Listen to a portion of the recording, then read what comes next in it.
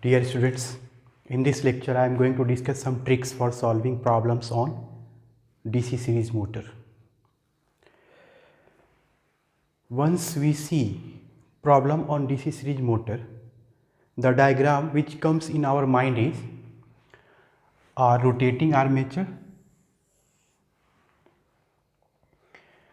stationary brushes, and a series field winding which is connected in series with the armature. As we have already discussed in our previous lectures,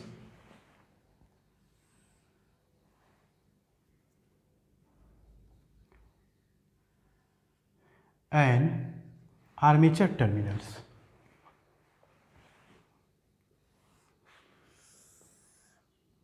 This is plus, this is minus. So let us represent it by Vt, terminal voltages, and the line current drawn from the supply is IL.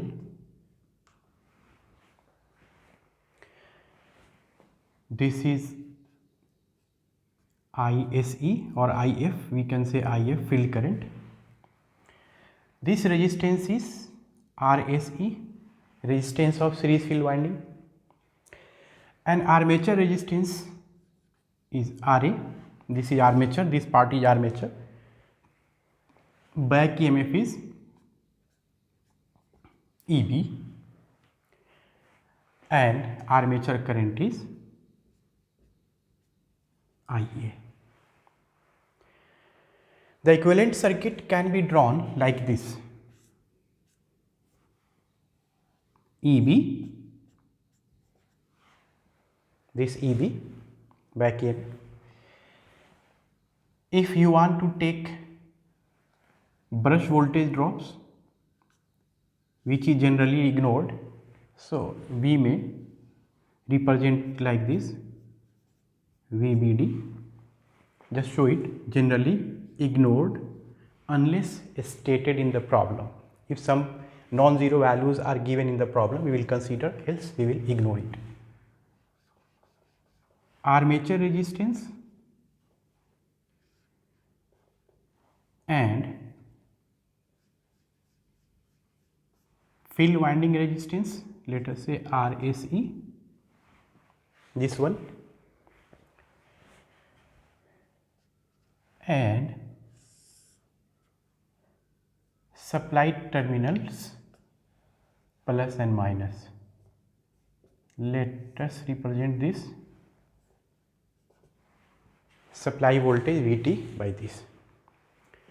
So this is line current, this is same as field current or ISE, IF. This is same as armature current, IA. So from this equivalent circuit of DC series motor, we may write IA is same as field current and this is same as IL. No problem. Apply KVL. So we may write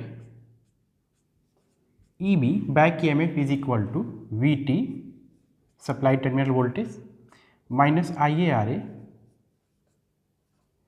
plus RSE, let us take in bracket total resistance Ra plus RSE, plus VBD, which is generally ignored. So once you have written this, remember the again two equations, EMF and torque equation of DC machine of any type, whether shunt, series, separately excited, whatever. So we know that EB is nothing but machine constant K phi omega, and torque equation is machine constant, same machine constant K phi Ia. So at two different loading conditions, condition 1, condition 2, we may write EB1 is equal to Ka phi 1 omega 1 and Eb2 is equal to Ka phi 2 omega 2, like that, so that we may write this ratio of Eb1 and Eb2 as phi 1 omega 1 upon phi 2 omega 2, and the another ratio of torque T1 upon T2 as phi 1 Ia1 and phi 2 Ia2. Or from here, if we want to write the speed one side, the ratio of speed, two speeds, omega 1 omega 2, so this may be written as Eb1 upon Eb2 times phi 2 upon phi 1, no problem. Here in DC series motor, we can observe that the Ia current is same as If, and we know that in linear region, let us draw here itself, phi and If plot is like this. In linear region, this phi is proportional to If. After saturation, once the cores of the magnetic cores are saturated, so even though if we are going to increase If, phi will be constant, saturated at some constant value. So in linear region, this is proportional to If, and If is equal to Ia. So we may write, if linear magnetic circuit is assumed,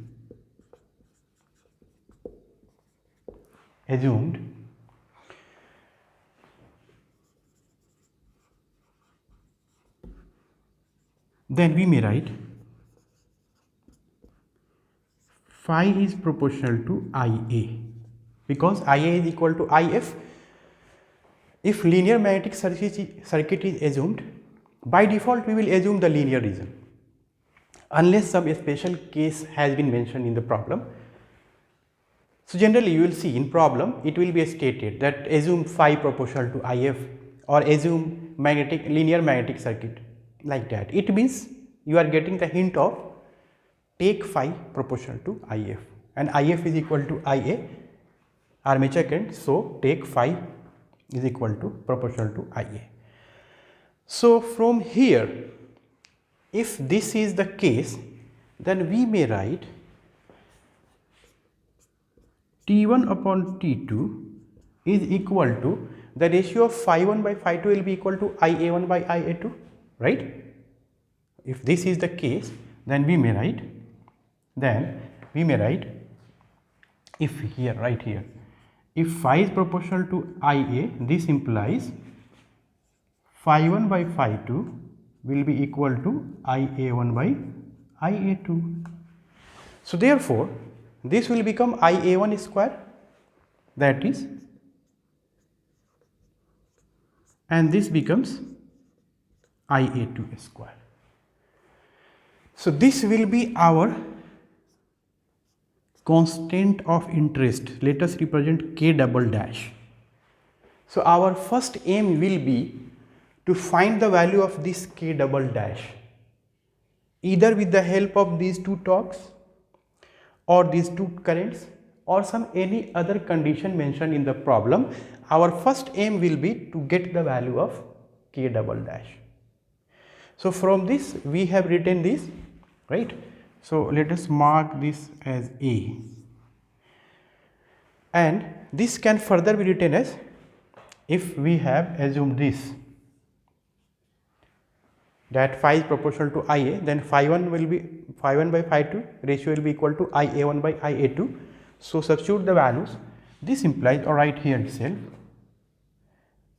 omega 1 by omega 2 will be Eb1 by Eb2 times Ia2 by IA1. So just focus on these two equations. I think every problem can be solved easily. Let us say this is B.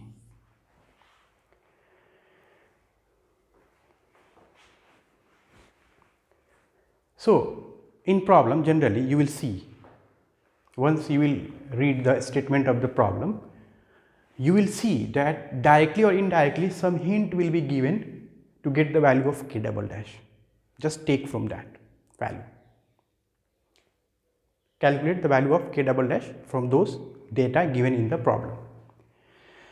So it may be ratio of the torques, or at two loading conditions armature currents, or like that.